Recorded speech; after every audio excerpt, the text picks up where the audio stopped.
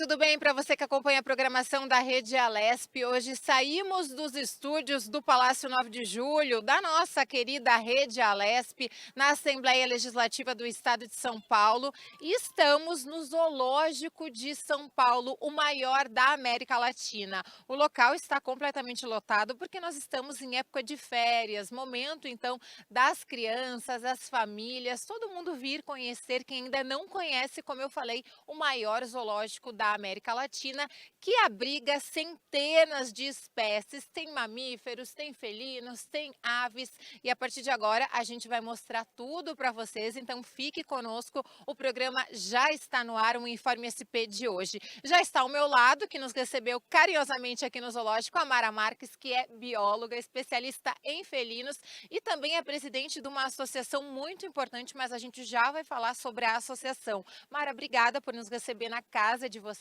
Eu começo perguntando para você da importância do zoológico e da quantidade de mamíferos que tem aqui. Já me familiarizei com alguns que eu gosto muito. Seja muito bem-vinda. Eu que agradeço a oportunidade, sejam todos bem-vindos aqui ao Zoológico de São Paulo.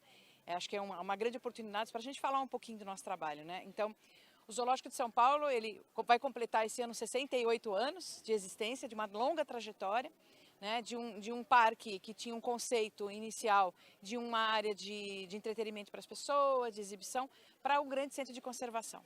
Então a gente vem mudando, né, as nossas características, trazendo as questões ambientais importantes, as questões de conservação, alinhadas, claro, à questão da educação ambiental, educação para a conservação, mas que o nosso objetivo é sempre o bom atendimento ao nosso público, né, de que o público venha, passe o seu dia aqui com conhecimento, saia melhor do que chegou e que consiga transmitir esses conhecimentos. Então, acho que isso é muito importante e o trabalho do Zoo de São Paulo nessa trajetória enfatiza entre todas as instituições brasileiras o seu papel importante também na conservação. Mara, e quando a gente chega aqui, a gente já encontra diversas e diferentes espécies. Mas quem vem desse lado aqui, ó, do lado direito da tela que eu estou falando com vocês, já encontra os famosos tigres de Bengala. Falei certo, é tigres de Bengala, não é não é tigres Bengala, porque às vezes as pessoas confundem, né? E a gente encontrou com o Best, a Best, né? E com o seu companheiro, o Fred. Queria que você falasse um pouquinho pra gente de como eles chegaram até o Zoológico de São Paulo, porque a gente vê a felicidade e não é só das crianças quando os vê ali. Não, eles são encantadores. Né? Ter a oportunidade para muitas pessoas, para os nossos visitantes, conhecer um animal de perto, que nenhuma ferramenta virtual transforma esse contato, você sentir o cheiro dos animais, ver a cor, ver como eles se dispõem no ambiente. Isso muitas vezes não tem nenhum outro tipo de realidade que substitua isso. Então acho que essa experiência ela é muito positiva. Esse casal de tigres, o Zoológico de São Paulo tradicionalmente sempre trabalhou com os felinos, grande parte de felinos, os maiores felinos e os pequenos felinos, inclusive o Zoológico de São Paulo trabalhou há muitos anos e liderou muitos anos um programa de conservação dos pequenos felinos sul-americanos. Nós tivemos aqui durante um bom tempo um centro para a conservação dos pequenos felinos, para conhecimento, pesquisa, elaboração de protocolos e que serviu de subsídio para vários documentos, documentos científicos. E aí tratando de todos os felinos de forma geral, nós trouxemos os tigres novamente, né? O tigre real de Bengala, como você falou, é uma espécie ameaçada, é uma espécie importante. Nós temos hoje atualmente 6 espécies de tigres no mundo. No passado eram 9, 3 praticamente já estão extintas. Mas como falar sobre isso? Como falar dos impactos que tem sobre essa espécie? A perda de habitat, a caça esportiva, a caça por retaliação, são vários impactos que acontecem com essa espécie. Então o importante é trazer esse animal para termos o conhecimento, e mesmo que ele seja de outro país, a gente costuma dizer que a conservação ela não tem fronteira. Então a gente pode trabalhar com os animais nativos e exóticos, assim como muitas instituições internacionais trabalham com as nossas espécies ameaçadas. Então trazer o tigre para cá, ter a oportunidade de conhecer, de falar sobre a espécie, de conscientizar o nosso público, de como a nossa vida pode mudar, como a gente pode, através do conhecimento que a gente adquire aqui, fazer com que a nossa própria vida mude, reciclar lixo, aproveitar a água, reduzir custo de energia. Isso tem um impacto sobre o meio ambiente, né? No nosso país. Isso acontece com outros animais de outros países. Então, de que forma a gente pode conscientizar que o nosso modelo de vida precisa mudar? E a preocupação maior, e vocês vão observar nas imagens do Rodrigo Calixto, é com o habitat, né? Vocês mantiveram o casal junto, Eles estão juntos nesse habitat que representa exatamente de onde eles vieram, para não ter essa dificuldade de adaptação, porque isso influencia muito ali na vivência do animal, no desenvolvimento do animal. Para cada espécie que a gente tem aqui, ou porque a gente já mantinha há muito tempo, ou porque vamos trazer, a gente faz um estudo muito complexo. Então a gente estuda a biologia do animal, a gente estuda qual é o ambiente que ele vive naturalmente, fazemos todo esse levantamento biológico do animal, inclusive as questões sanitárias, a questão de saúde, alimentação. E aí, em cima de todos esses dados, junto com a nossa equipe, nós temos uma equipe também de arquitetos, do pessoal que trabalha em todo o planejamento, elaboramos uma proposta de ambiente, né? Um ambiente para esses animais. Então a gente procura reproduzir o que esses animais teriam na natureza, né? Qual é o ambiente que a gente vai oferecer. Não obstante, a gente está sempre muito preocupado com as questões de bem-estar animal. No sentido do tigre, é uma coisa importante a pontuar, porque tigres na natureza, eles são animais solitários. Eles não vivem em pares ou em bandos, né? O único grupo de felinos que vive em grupos, né, que em grupo social, são os leões. A maioria dos felinos são solitários. Então, aqui a gente coloca porque tem a finalidade de reprodução, de manter esses animais e de uma população viável. Mas em natureza, esses animais só se aproximam na época de reprodução. Então, muitas vezes as pessoas podem entender de que, puxa, o animal está sozinho no recinto, mas esse é o hábito dele, né? Então, no caso aqui é um casal, porque a gente está esperando realmente de que eles reproduzam. E aquilo que você falou, o cuidado que a gente tem na cenografia, nas questões de segurança, nas questões dos pontos para um animal. É um animal que escala, é um animal que nada muito, e ter pontos d'água para eles poderem se banhar, ter as áreas onde eles querem em algum momento se refugiar, querem a sua privacidade. Então, todos esses pontos precisam ser levados em consideração. E o detalhe importante é que todos os ambientes que nós construímos, eles estão de acordo com as regras da Instrução Normativa 07, que é a regra do IBAMA, que hoje é atual e que diz qual é o tamanho mínimo, mas a gente não se detém ao tamanho mínimo do espaço. É apenas uma linha de base, mas que a gente sempre procura extrapolar para que a gente possa oferecer as melhores condições para os nossos animais. Essa área onde o casal tá tem o quê? Cerca de 600 metros quadrados, 1.000, porque ela é bem grande, É né? mais um pouco do que isso, porque era de um antigo recinto que nós tínhamos, inclusive do urso, que hoje o urso está numa outra área maior e a gente aproveitou esse espaço. Então a gente cenografou, a gente trabalhou, então a gente tem esses dois lagos, essas duas piscinas, e a gente extrapolou ainda para os abrigos, para as tocas, então ele é muito maior do que se tinha antes. E aí tem os espaços para que ele tenha livre escolha. E quando a gente fala de bem-estar animal é elaborar um recinto para que o animal tenha a sua própria escolha, onde ele quer ficar. Então, isso é um dos princípios básicos quando a gente fala de bem-estar animal. Nós falamos sobre os tigres, mas tem urso, tem leão. Queria que você falasse um pouco mais sobre todos esses mamíferos que a gente tem aqui. E eu gosto muito, eu adoro tigre, né? Eu sempre falo que se pudesse ter um em casa, eu tenho um de pelúcia, mas porque é exatamente isso. Quando a gente olha na internet ou uma foto, é um tipo de emoção, de situação. Mas quando a gente tem aquele contato ali, olho no olho, praticamente tocando, nos dividido por um vidro, a emoção é completamente diferente. Eu acredito que com os outros animais também seja assim, cada pessoa tem a sua escolha, mas vocês que trabalham diariamente com eles. Exato, então essa proposta de naturalizar mais os recintos, de ter o contato, por exemplo, com a barreira, que é a barreira física, inclusive para a segurança, de vidro, faz com que o nosso público tenha um contato mais próximo dos animais. Os animais se aproximam do vidro quando eles querem, então muitas vezes para uma fotografia, para as pessoas terem essa interação, então isso provoca que as pessoas se aproximem e admirem mais os animais, então é o que a gente fala do encantamento. Né? As pessoas saem encantadas porque você tem a ideia, uma noção do que você vê em livros, do que você vê em cinema, mas quando você vê um animal que não pertence à nossa fauna de perto desse tamanho, é uma lembrança que não apaga para o resto da vida. Eu fui uma dessas crianças quando vinha com a escola, me apaixonei e olha onde eu estou. Né? Então, assim, esse contato é importante. Então, nosso conceito de tirar cada vez mais as telas, as grades e proporcionar o contato mais próximo do vidro, claro, respeitando todos os limites de segurança, faz com que a gente tenha essa aproximação com a fauna, que as pessoas entendam, estejam e que elas façam parte desse ambiente. Nós, como todos somos primatas, fazemos parte disso também. Então, convidar o nosso público para ter esse momento, para estar mais próximo dos nossos animais e conhecer e admirar, porque a gente só respeita aquilo que ela conhece, aquilo que a gente admira. Então, como é que a gente conhece?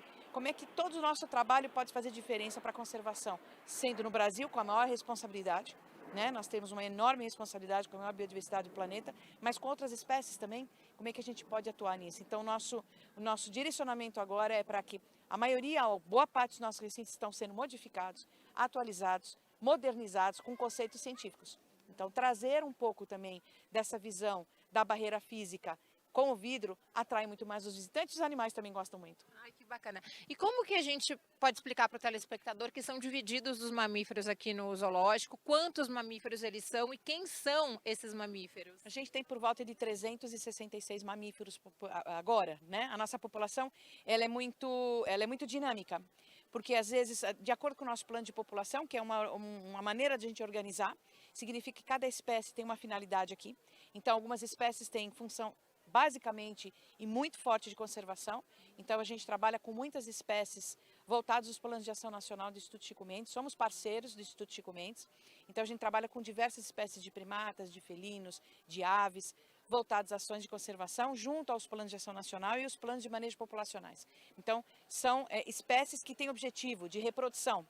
Né? Então, a reprodução, ela tem uma das finalidades. Uma dessas nossas finalidades dentro dos zoológicos é ter uma população de segurança, que a gente chama de população backup. Se algo acontecer na natureza, esses animais podem servir de uma população para revigorar as que já existem ou por uma reintrodução. Um exemplo disso é o próprio mico-leão dourado, que foi quase que dizimado, e ele foi recomposto através do esforço dos zoológicos nos Estados Unidos, que reproduziram esses animais e trouxeram para o Brasil para os programas de reintrodução. Hoje, os colegas dos Estados Unidos também são nossos parceiros, mas hoje a gente já tem uma população sustentável no Brasil. Caso necessite, elas estão prontas para poder aportar à natureza. Então, a finalidade de conservação é uma dessas. Outro aspecto importante do nosso trabalho é o programa da arara azul de Ilhar, né? O programa de arara é uma espécie ameaçada e que a gente reproduz muito bem, né? Todo o know-how de conhecimento, de manejo, de protocolo foi desenvolvido aqui. Hoje nós temos indivíduos que estão recompondo a natureza, então estamos reproduzindo animais para voltar para a natureza. Então são finalidades importantes. Outras finalidades a gente tem de educação ambiental ou de pesquisa, né? Nós temos, por exemplo, aqui o Zoológico de São Paulo, ele dá apoio a mais de 31 pesquisas que estão em andamento de instituições de fora, que aplicam, né, submetem ao nosso projeto, o projeto de pesquisa, para trabalhar com as espécies nossas. Então, a pesquisa também é um carro muito forte. Temos algumas nossas, mas também recebemos muitas solicitações de pesquisa das universidades e de pesquisadores independentes que querem trabalhar. Então, esse é um ponto importante. Algumas espécies são voltadas para a conservação, outras com finalidades educativas, outro para pesquisa. Então, é uma gama de segmentos que a gente tem dentro da conservação e que a gente produz muitos resultados. Né? A gente produz muitos dados científicos e é isso que é importante.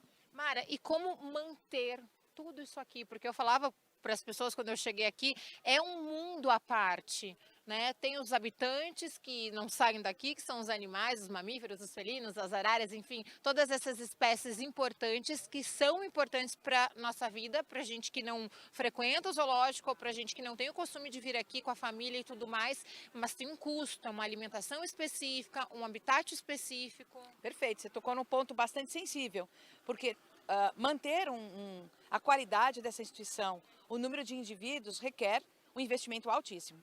E a boa parte desse investimento vem da nossa bilheteria, vem do ingresso que os nossos visitantes, de forma direta, contribuem com as nossas ações. Então, o ingresso que é cobrado aqui é diretamente proporcional ao investimento que a gente tem na nossa instituição, nos ambientes, na melhoria dos recintos, na oferta que a gente falou aqui de uma alimentação adequada. Então, os nossos animais aqui, eles têm um zootecnista. Aliás, ele tem uma cozinha, o Zoológico de São Paulo tem uma cozinha enorme só para preparar o alimento dos animais. As pessoas que trabalham na cozinha, elas começam a trabalhar às 6 horas da manhã e saem às 4 horas da tarde para o atendimento de toda a nossa população, de animais que vivem durante o dia, animais que têm hábitos noturnos. Então, isso é um investimento importante. A dieta de cada animal, ela é baseada no seu espaço de vida. Então, a gente tem uma dieta para animais jovenzinhos, para animais já de meia idade, para os animais mais velhos, tudo de acordo com o seu estado de saúde, de acordo com o seu período de vida. Então, isso requer um investimento alto. Para fazer todas as benfeitorias, para a gente ter aqui um lugar espaçoso, para ter um jardim bem cuidado, para a gente trabalhar com os nossos animais, para que os animais mostrem para o nosso público de que realmente eles estão sendo bem tratados, há um investimento, e altíssimo. Então, isso que é muito importante, porque conservação é cara. Né? Então, quando a gente fala de zoológico, que é uma das ferramentas de conservação. Então, você imagine quando a gente vai trabalhar com espécies que estão na natureza, recompor uma população, recompor o meio ambiente, é muito mais caro do que você preservá-la. Então, a gente tem que fazer o caminho inverso. Então, a gente tem que proteger as nossas áreas. Aqui, o Zoológico de São Paulo está inserido no PEF, no Parque Estadual das Fontes de Ipiranga, que é um remanescente de Mata Atlântica raríssimo no grande centro de cidade. Então, a gente tem as nossas espécies, que a gente trabalha sob cuidados humanos, mas tem as espécies que vivem aqui, no PEF, e que a gente também atende, eventualmente, quando precisa. Então, o investimento é alto, mas eu acho que o importante é que esse investimento ele se transforma para o público ver. Né? O nosso maior fiscalizador é o público, porque ele acompanha, ele pergunta, ele está sempre junto. Então, acho que isso é muito importante, é um investimento muito bem feito.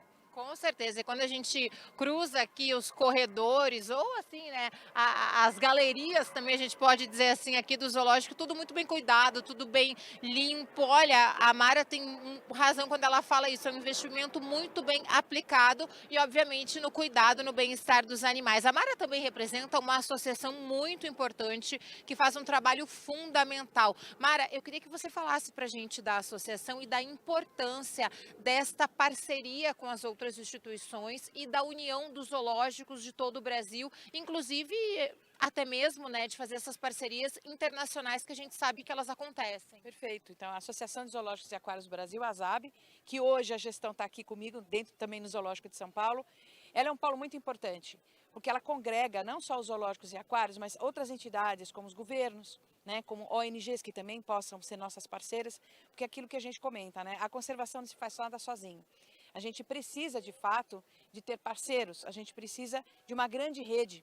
Né? Os desafios são enormes, então a perda de biodiversidade todos os dias, aquecimento global, todos esses impactos que ocorrem sobre a fauna são muito severos e nós como seres humanos estamos sentindo isso.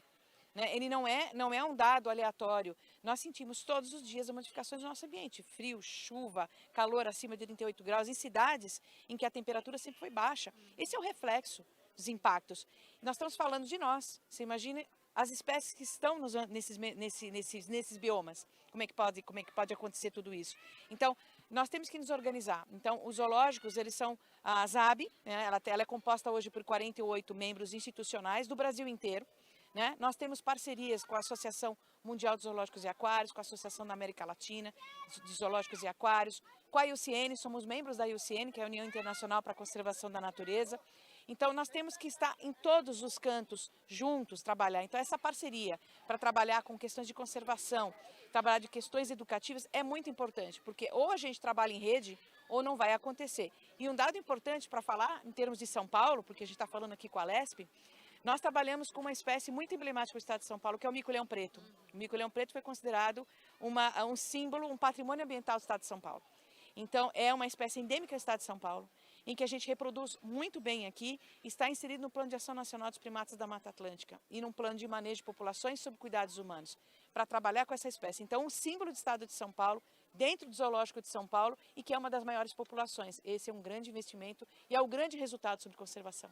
Mara, muito obrigada. A Mara nos recebeu aqui super bem. A gente vai continuar passeando aqui pelo Zoológico de São Paulo e mostrando tudo o que acontece aqui para você conhecer, você que está em casa, nos acompanhando pela TV ou pela internet, todas as espécies, porque olha, são muito bonitas e são muito raras. Tem espécie aqui em extinção, como a Mara bem falou, que são utilizadas para pesquisas, que todas elas têm uma importância fundamental na nossa vida. Obrigada, Mara. A gente vai para um rápido intervalo e volta em instantes, não sai daí.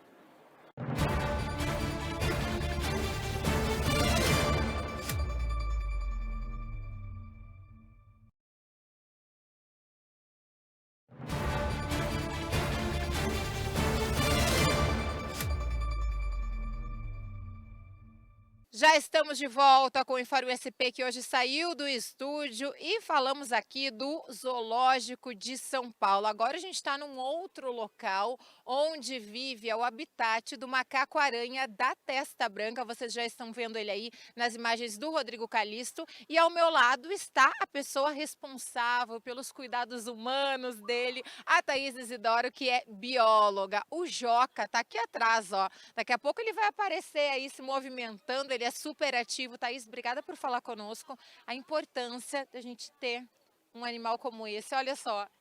Sim, o macaco-aranha, primeiro agradeço, né, por estar aqui com vocês. É um dos exemplos, né, das várias espécies que o zoológico aí trabalha com a conservação, onde a gente tem os profissionais, como é o meu caso, que a gente coordena o programa de manejo. Então, eu não sou responsável pelos cuidados direto com o animal, mas sim com a parte de estudos genéticos, de organizar a população entre todos os zoológicos que trabalham com a espécie, para ver os melhores casais, quem deve ou não reproduzir, porque dessa forma a gente consegue garantir que essa população vai continuar crescendo, né? Porque o nosso objetivo é sempre tirar essa espécie da lista de ameaçados. Então a gente faz esse trabalho em cooperação entre várias instituições, através de uma coordenação, para que todo mundo possa se unir aí nesse objetivo. Thaís, eu queria que você explicasse um pouquinho mais para quem está nos acompanhando o que é exatamente esse manejo, porque não é simplesmente, acredito eu, trazer uma espécie que é igual fisicamente a outra espécie, de uma outra instituição, é um casal, coloca no mesmo habitat. Não é isso, tem todo um estudo amplo por trás. Queria que você explicasse, por favor. Isso, grande parte desse trabalho envolve as questões genéticas. Então, para isso, a gente usa alguns sistemas, né, internacionais que vários zoológicos usam, onde a gente cadastra as informações de cada um dos macacos que a gente tem. Se é macho, se é fêmea, a idade, onde nasceu, se já reproduziu, não reproduziu, a idade que tem, a dieta, como é o ambiente desse animal. A gente pode ter esse histórico, uma ficha completa mesmo de cada um. E com base em algumas estatísticas que esse sistema nos dá, a gente entende quais são os melhores casais. Porque às vezes a gente pode juntar um macho e uma fêmea que estão em instituições diferentes, mas quando a gente vai pesquisar na árvore genealógica, eles podem ser primos ou tio e sobrinho, por exemplo. Então a gente tem que evitar esses graus de parentesco entre os animais também, porque isso pode deixar a espécie mais vulnerável a várias outras questões. Então, grande parte do trabalho envolve a gente construir a árvore genealógica mesmo, de todos os animais que a gente tem, de todas as origens e idades, para ver quais animais são recomendados de ficar junto, e com base nisso a gente conversa com as instituições para ver se precisa de alguma adaptação no ambiente, porque muitos animais às vezes vêm de resgate para essas situações. Então, por exemplo, um dos macacos-aranhas que a gente tem, ele foi vítima de atropelamento, então ele tem uma perna com mobilidade reduzida. Então o recinto tem que ser um pouco adaptado para esse animal, porque ele não vai conseguir escalar ou pular igual a um outro macaco-aranha. Então, aí, sabendo onde esse animal vai ficar, a gente conversa com a instituição para todas essas questões do ambiente. Às vezes precisa de alguma adaptação na dieta também. E a gente precisa ver se rola uma química entre eles, né? Que eu posso juntar um casal, eles serem bons amigos, mas nunca decidirem ser um casal, né? E aí não terem filhotes, e eu precisar movimentar, né, separar esses indivíduos e tentar juntar com um novo casal dali a um tempo. Então é um acompanhamento contínuo que a gente faz. Eu ia perguntar exatamente isso. E se não der o match ali, e tem um prazo de acompanhamento, vou deixar esse casal para ver se tem o match ali 2 meses, ou isso depende de cada animal, é muito relativo, por isso que tem que ter esse monitoramento diário. Depende muito de cada animal, de cada espécie, e a gente começa a perceber, assim, a gente sempre trabalha com o processo de aproximação. Então, por exemplo, hoje o Joca está solteiro, né? Ele já teve um casal, já reproduziu, hoje ele está solteiro, então está esperando aí quem será sua nova parceira, ou se ele vai para outro zoológico que tem uma parceira também. E aí, quando chegar esse encontro, eles vão ficar um tempo se olhando, né? Vão sentir o cheiro um do outro. Então, eles ficam próximos, mas não são colocados diretamente juntos no ambiente. Até para a gente ver como que um animal responde à presença do outro. Tudo estando certo, a gente vendo que os animais têm uma resposta positiva, eles passam a conviver juntos. E dali para frente, vários comportamentos são observados. Se eles demonstram ter interesse reprodutivo no outro, tem algum comportamento ou não, se eles interagem juntos ou não. Então, cada técnico na sua instituição vai avaliando isso e nos dando retorno. E aí não tem um prazo específico, né? Mas a gente consegue anualmente fazer essa avaliação. E como é que é a rotina desses animais? Por exemplo, como que é a rotina do Joca?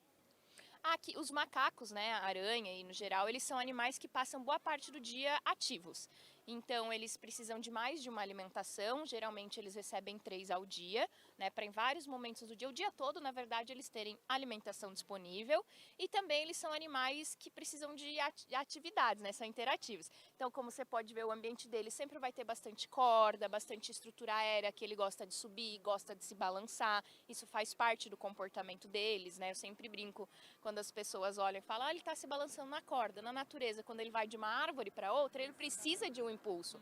Então isso é simulação de um comportamento natural, né? E aí a gente tem uma equipe multidisciplinar especializada aqui, né, na questão de nutrição, que prepara o ambiente, que prepara as atividades de enriquecimento, que são essas brincadeiras, essas interações, né, para ele durante o dia, para ele poder ter todo aí o seu comportamento natural garantido. E você falou um ponto importante que agora eu quero falar com você, Thaís, sobre a questão da educação. As pessoas, quando param aqui, por exemplo, vão ver o Joca e falam, nossa, mas ele se balançou. A importância das pessoas entenderem a importância do Joca para a natureza, né, para todo o nosso desenvolvimento, o ecossistema. A gente está falando do Joca como um exemplo, mas a gente está falando dos animais no gerais, é porque o Joca está aqui próximo e é o exemplo que a gente está trazendo para você que nos acompanha pela TV ou pela internet, das pessoas entenderem, desde a mais pequenininha, né, a criança que vem aqui pela primeira vez, até a melhor idade, a gente que já conhece, já veio outras vezes para o zoológico, para entender que não está ali só para decoração, para tirar foto e fazer vídeo.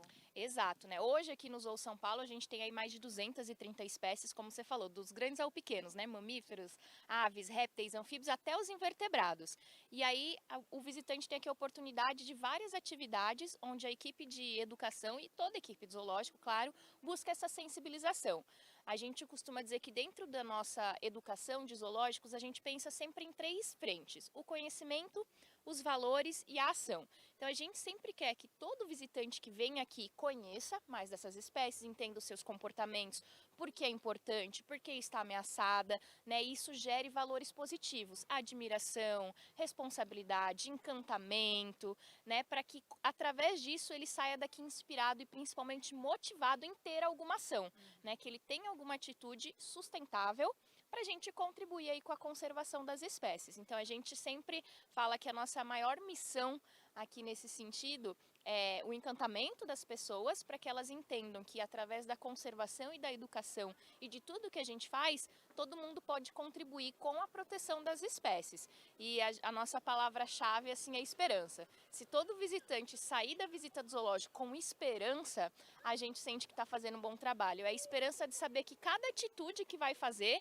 quando a gente soma no coletivo, é o que vai garantir o ambiente equilibrado, um ambiente saudável, um ambiente sustentável. Então essa esperança de futuro melhor, porque nós como instituição estamos conseguindo cuidar dos animais. E quando a gente fala, né, dessa esperança do futuro melhor, enquanto a gente falava que o Joca apareceu de novo, ó. Hoje a gente está aqui no Zoológico de São Paulo, está um tempo um pouquinho mais de inverno, mas a gente está gravando aqui, é um dia de janeiro, dia de verão, então eles estão um pouco mais tímidos porque está frio, tem um vento gelado, está próximo aqui do lago. Essa esperança, né, das pessoas entenderem, a gente, a sociedade como geral, que cada pequena atitude vai contribuir. A gente sabe o quanto eles, todos nós somos fundamentais, porque se a gente tiver um problema de saúde, que tem que desenvolver uma pesquisa, um medicamento, uma vacina, eles vão contribuir.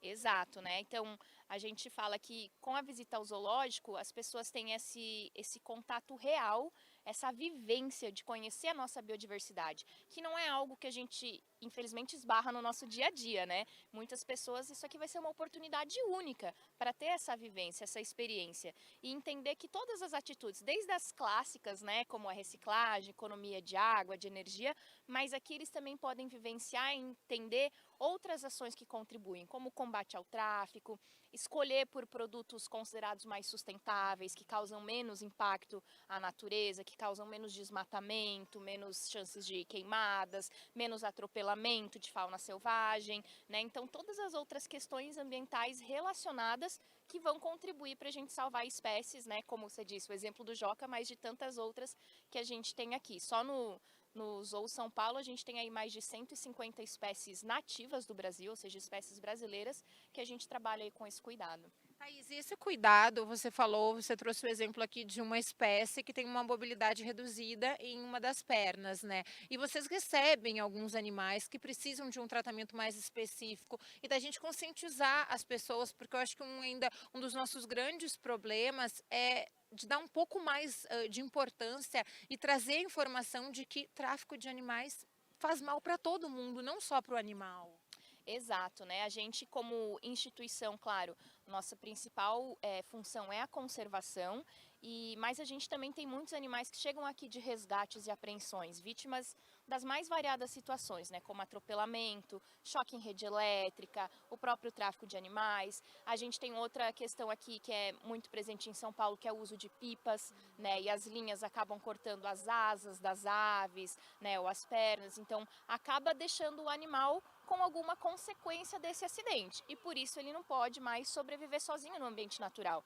Então os zoológicos funcionam como a segunda oportunidade, né, onde esses animais conseguem ter uma vida com qualidade, né, o seu bem-estar garantido, e ainda assim a gente transforma eles nos nossos embaixadores, porque é através de todos esses personagens que as pessoas que vêm aqui vão conhecer mais daquela espécie, daquele indivíduo, do trabalho que a gente faz, e é justamente esse conhecimento agregado, esse valor que a gente traz, que, como eu disse, vai motivar essa ação ambiental que a gente quer. Com certeza. Thaís Isidoro, biólogo aqui do Zoológico de São Paulo, conversou conosco. Enquanto isso, ó, o Joca agora deu uma escondidinha. A gente vai para um rápido intervalo e na volta você vai saber mais sobre o Zoológico de São Paulo. Não sai daí que é rapidinho.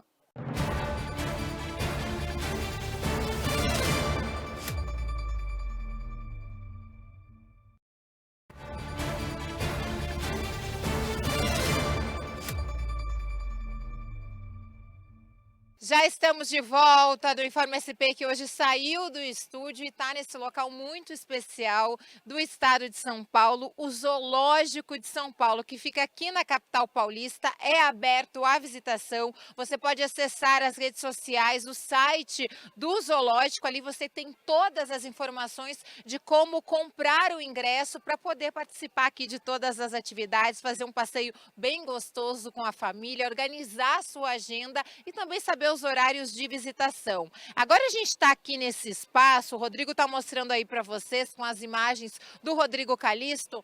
Girafa. O que a girafa está fazendo nesse momento? Está se alimentando. E quem vai nos falar o que tem, o que é essa alimentação? Não são simples folhas, simples galhos. É o Lucas Carneiro, que é zootecnista responsável pela alimentação das espécies aqui do Zoológico de São Paulo. Lucas, obrigada pela sua participação e por deixar a gente se aproximar da girafa. O Lucas, com a autorização aqui do Zoológico, gentilmente nos colocou aqui bem próximo nesse momento da refeição. Seja bem-vindo. Muito obrigado e claro, a gente está aqui acompanhando a alimentação da Mel, né, que é a nossa mamãe, a mais recente aqui, a girafa do zoológico, e é isso. Lucas, me fala, o que é o trabalho do zootecnista, principalmente num zoológico como o Zoológico de São Paulo, que é o maior da América Latina? Sim, o nosso trabalho aqui ele vai desde da escolha dos alimentos, né, então é toda uma elaboração de um cardápio, a gente pode traçar o paralelo com um nutricionista de pessoas mesmo, acho que é o mais comum assim das pessoas associarem, e a gente escolhe os alimentos, a gente seleciona os alimentos, a gente recebe, né, esses alimentos, faz uma triagem e organiza todo um cardápio de acordo com a necessidade dos animais. Então aqui no caso da Mel, por exemplo, né, ela, como eu falei, ela é mãe, ela está com um filhotinho ali, o Melman, então ela tem uma necessidade de uma fêmea em lactação. Então a gente faz uma dieta específica para ela, que é diferente do palito, que é o macho, por exemplo, que é o macho que tem uma dieta de manutenção, a gente tem uma outra fêmea com uma outra dieta de manutenção. Então cada indivíduo aqui do zoológico tem a sua alimentação, tem a sua dieta específica. E como é que é organizado, por exemplo, o que é que Bel está comendo aqui? Não são simples galhos, a gente sabe que tem um valor nutricional que é importante para ela, principalmente nesse momento. Todos esses valores nutricionais, eles são avaliados, é como o Lucas falou, como um nutricionista, um nutrólogo, ele faz a nossa dieta. Precisa de todas as vitaminas, os sais minerais. Isso, a dieta dela, além desse que a gente está vendo aqui, né? Então isso aqui chama-se feijão guandu, é uma leguminosa, é uma espécie forrageira que a gente produz, a gente tem uma fazenda que produz esse alimento pra gente, né? Então não é qualquer folha que a gente sai pegando. E como você falou, então a gente tem essa planta, ela está pensada dentro de um cardápio, que além dessa planta, a gente tem uma ração específica para girafas, que é uma ração desenvolvida para as necessidades nutricionais de girafas, né? É uma ração que a gente compra. Tem também o sal mineral, que é um complemento mineral de vitaminas, minerais, aminoácidos, é um suplementinho, né? Que a gente fornece para elas também, que muda de acordo com a necessidade, se está em lactação, se está em gestação, enfim. Também tem a quantidade, né, Lucas? Porque essa quantidade colocada aqui é exatamente o que a mel. A gente está falando da mel como exemplo, mas a gente já vai falar um pouco sobre os mamíferos, sobre os outros animais. O que ela necessita nesse momento? Isso, então aqui em termos gerais de forragens, então além disso a gente trabalha também com a alfafa, que é o feno de alfafa, né? Então em termos de forragens ela recebe em torno de 30 quilos por dia, só de forragem, e mais em torno de 10 quilos de ração. Então essa quantidade toda pensada para alimentar um animal desse porte. A gente estima aí mais ou menos uns 900 quilos para ela, então é bastante comida. E quando a gente está falando da mel, olha como ela chega próxima aqui, porque é o momento da refeição, né? Aquele momento gostoso de refeição. Eu não posso me aproximar muito, porque a gente já foi orientado pela Thaís. Isso é um cuidado com os animais aqui do zoológico, porque não é o nosso pet de casa que a gente vai fazer um carinho, né? Vai abraçar, porque tem toda uma restrição, até mesmo para o habitat, para a vida do animal. Lucas, a gente tem diversas, centenas de espécies aqui, tem mamíferos, felinos. Queria que você falasse um pouquinho mais de como é essa triagem, quando que começa a preparação desses alimentos. A gente sabe que vocês não param de trabalhar, porque algumas dessas espécies elas têm hábitos noturnos, outras diurnos. Isso, exatamente. A gente tem alguns animais que comem bem cedo, né, e que passam um dia comendo, como é o caso dos herbívoros, são os animais que comem mais vezes por dia. Aqui na girafa, por exemplo, ela recebe em torno de 5 alimentações por dia, então são 5 momentos em que a gente vem aqui e traz alguma coisa para ela comer. E o outro extremo disso são os carnívoros, né, os grandes felinos, por exemplo, os leões, que tem 2 dias na semana que eles não comem, que é o jejum, que é para imitar um pouco do que acontece na natureza. Esses animais, por sua vez, os carnívoros, eles comem muito e descansam o resto do período, né? Então eles têm essa característica. A gente faz um pouco disso aqui também, então eles comem menos, né? E o processo de escolha, né, e de triagem desse alimento, ele começa, como eu falei, desde escolha de marca, escolha de produto, escolha de tipo de alimentação, qualidade, até o processo de preparo, que começa aqui no zoológico às 6 horas da manhã. Então a nossa equipe chega às 6 horas da manhã, começa a separar os alimentos, pesar, higienizar, fazer tudo o que precisa ser feito para que no horário correto esteja à disposição dos animais, né? Alguns animais, por exemplo, as corujas que comem à noite, essa alimentação ela é oferecida no último horário do dia, exatamente para poder permitir que ela tenha esse comportamento mais natural possível, um comportamento de alimentação à noite. Lucas, quantas espécies são alimentadas aqui no zoológico? E aí vou te perguntar pela questão dos alimentos, quantas toneladas de carne, ou até mesmo quantos quilos, né, de legumes, verduras? A gente tem em torno de 300 espécies aqui no Zoológico de São Paulo, então vai desde pequenos anfíbios, né, até as girafas, elefantes, e por dia a gente manipula mais ou menos 2 toneladas de alimento. Então é uma quantidade bem grande, e como eu falei, a maior parte disso é dos alimentos volumosos, são dos alimentos volumosos, então além desse feijão gundu que a gente está vendo, a gente tem o capim, que é uma outra espécie de planta, a gente tem os fenos, então esse é o que compõe a maior parte desse montante. E existe também uma preocupação para você que está nos acompanhando pela TV ou pela internet, se o animal está passando por algum processo diferente. No caso da mel, ela é lactante, tem uma alimentação diferente. Ou se o animal está fazendo algum processo na questão da saúde, está passando por alguma questão de um tratamento isolado, tudo isso é analisado para que a alimentação seja designada de forma correta? Isso, a gente tem um balanceamento específico para cada, que a gente chama de cada condição fisiológica do animal. Então tem a condição fisiológica de reprodução ou de recuperação de um processo, uma enfermidade que acaba acometendo, né, os animais, e como nós, assim, a gente está sujeito a isso.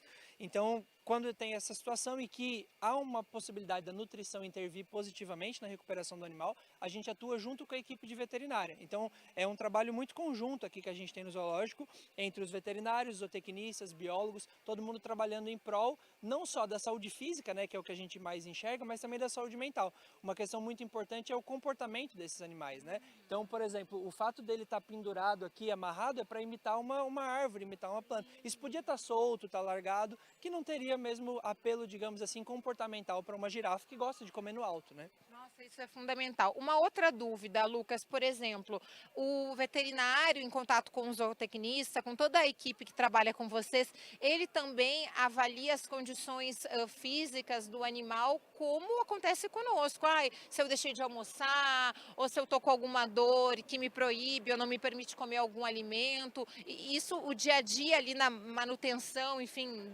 no manuseio do alimento, isso também contribui muito. Sim, isso a gente fala que quem é o coração do zoológico são os tratadores, né? Porque eles que estão todos os dias aqui com os animais, eles conseguem perceber uma diferença mínima de comportamento, uma diferença mínima de consumo, e eles já nos relatam isso. A gente tem uma série de procedimentos internos que permitem essa comunicação, e a gente consegue saber de antemão se tem algum problema prestes a acontecer. Então a gente faz uma medida assim para remediar o problema, né? Mas a gente trabalha muito na prevenção. Então, imagina, se um animal como esse tem um problema de casco, um problema de joelho, fica muito complicado de tratar, porque é um animal de grande porte. Então, o que a gente tem aqui também no Zoológico de São Paulo é o trabalho de condicionamento animal, onde a gente, por meio de treinamento mesmo, a gente consegue treinar os animais por exemplo, esse animal a dar a pata, e eu consegui numa situação normal, não num problema, mas antes do problema acontecer, eu consegui avaliar. Então, tem esse treinamento.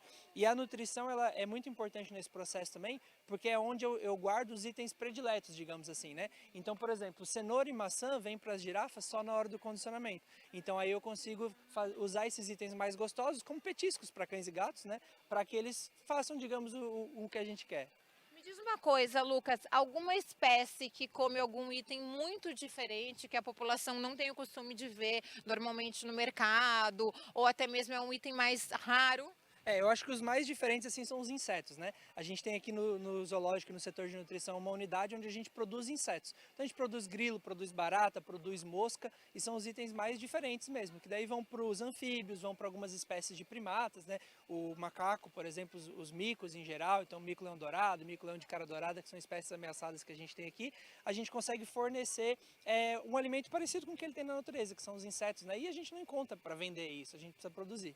E conversando com o Lucas, a gente percebe, você de casa vai perceber, e já nessas conversas que a gente teve com a Mara e com a Thaís também, a importância da sociedade e população se conscientizar que não pode dar alimento diferente, né? Porque muitas vezes as pessoas vêm com carinho fazer a visita no zoológico, querem oferecer um alimento para o animal, mas isso contribui para o aspecto negativo da espécie. Isso, com certeza. Assim, toda a alimentação deles é pensada. Então, inclusive nas coisas, digamos assim, menos apetitosas. Então, se eu tenho um primata e eu preciso que ele coma folhas, né, verduras, igual a gente, mas se eu forneço uma coisa mais apetitosa do que a folha, ele não vai comer a folha. Então, quando eu faço o balanceamento da dieta, eu penso em equilibrar todos os itens de forma que ele consiga consumir tudo. Se vem aqui alguém e fornece um alimento diferente, joga alguma outra coisa, ele automaticamente vai preferir isso e vai deixar essa parte menos apetitosa da dieta. E aí pode ser um problema. É isso que eu ia falar, pode ser um problema na saúde do animal. Com certeza, pode trazer diversos impactos, né, negativos na vida dele. Lucas, me fala um pouco também, porque as pessoas ficam curiosas em casa, como é que você começou a trabalhar com a zootecnia? Como é que foi o teu encantamento? Porque a gente conversa com o Lucas e a gente vê que ele tem, né, um prazer de estar aqui, uma alegria, isso é muito bacana. Eu desde muito pequeno eu gosto de animais, enfim, família de fazenda e tudo mais, então eu sempre me interessei por esse mundo de zoológicos, né? E aí eu entrei na zootecnia, que enfim é uma das graduações que possibilita esse mercado, né? E aí de lá para cá, depois de formado, eu sempre trabalhei em zoológicos. Eu já passei por algumas outras instituições aqui no Brasil e hoje estamos aqui no Zoológico de São Paulo, contribuindo aí com a nutrição desses animais. Muito obrigada por falar conosco, por dividir esses conhecimentos das pessoas. Eu não imaginava que era tanta espécie para ser alimentada e tanto alimento diferente, principalmente essa questão de produzir insetos, né? São coisas que as pessoas não estão acostumadas a ver, né? As pessoas vêm aqui, passeiam no zoológico, veem os animais bem, numa condição boa, mas não tem ideia dos bastidores que envolvem isso, né? Então é toda uma equipe. Tem eu que estou aqui representando, falando, mas, por exemplo, a nossa equipe tem 15 pessoas, entre tratadores, pessoal que faz a recepção de entrega, o pessoal que cuida dos próprios insetos. Alguém tem que ir lá alimentar a barata, inclusive, né? Então isso é uma coisa muito, assim, que as pessoas não têm muito acesso e que é legal poder falar e mostrar sempre. Com certeza, muito obrigada. Agora a gente vai para o último bloco do Informe SP de hoje. Você fica com a imagem aí do Rodrigo Calisto, da Mel se alimentando aqui. Eu e o Lucas, a gente vai fugir, porque a gente está atrapalhando. Fique com a gente rapidinho.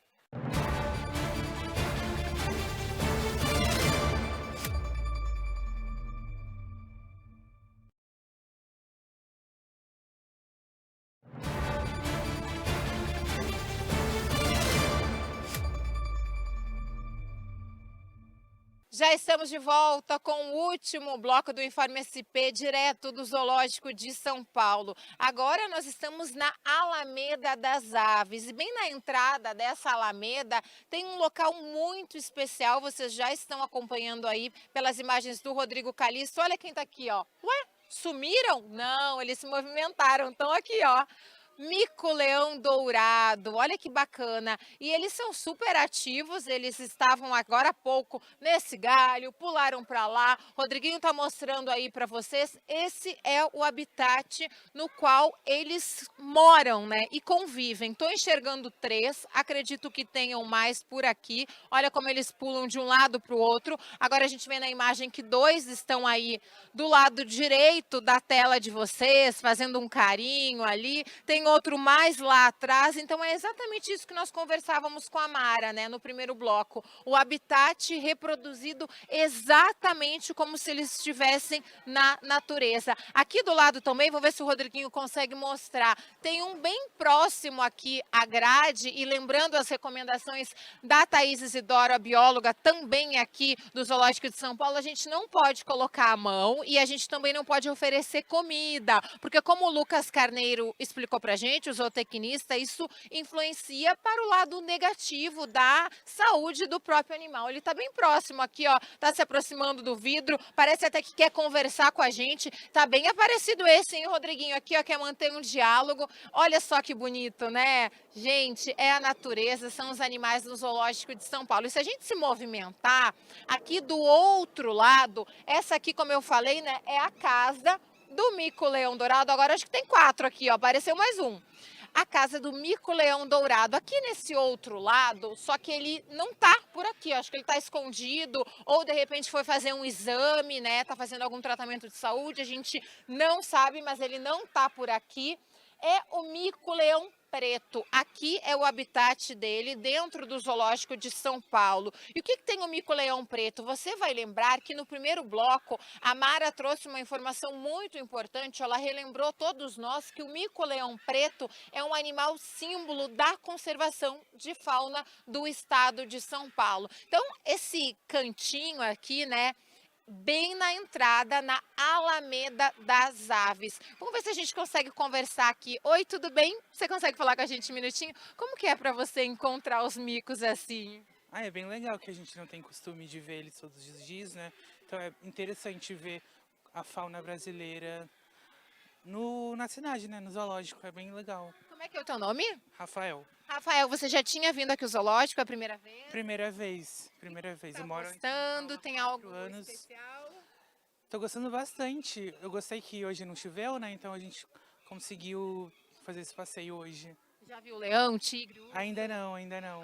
Ai, um ótimo passeio. Obrigada, Rafael. É esse contato. Vamos ver se a gente consegue falar com a mãe aqui. O que ele tá achando? Olá, tudo bom? Ah, ele tá amando, é uma experiência única, né? Ficar pertinho desses animais, conhecer a história, né? Então tá sendo maravilhoso, é enriquecedor, né? O zoológico pra gente. É a primeira vez no Zoológico de São Paulo? Não, já é a segunda, mas faz muito tempo que eu vim, né? Nós somos de São Luís, do Maranhão. E como que é para vocês esse momento exatamente, né? Ó, ele vendo o mico-leão dourado. Então, né? São animais que a gente costuma ver só na TV, nos livros, né? E aí tá vindo ao vivo, é maravilhoso, gratificante, né? Olhar bem de pertinho, e são lindos. E leva a história para a vida e para a memória do Vai chegar contando das férias, as novidades. Maravilhoso, muito bom. Como é que é o teu nome? Ramice. Ramice, e você costuma colocar na programação dele esse contato com os animais, sair, fugir um pouco das telas? Com certeza, né? Sair um pouco desse mundo tecnológico e vir para a natureza é maravilhoso, né? Então, assim, faz muito bem, tanto para a gente como para a criança, né?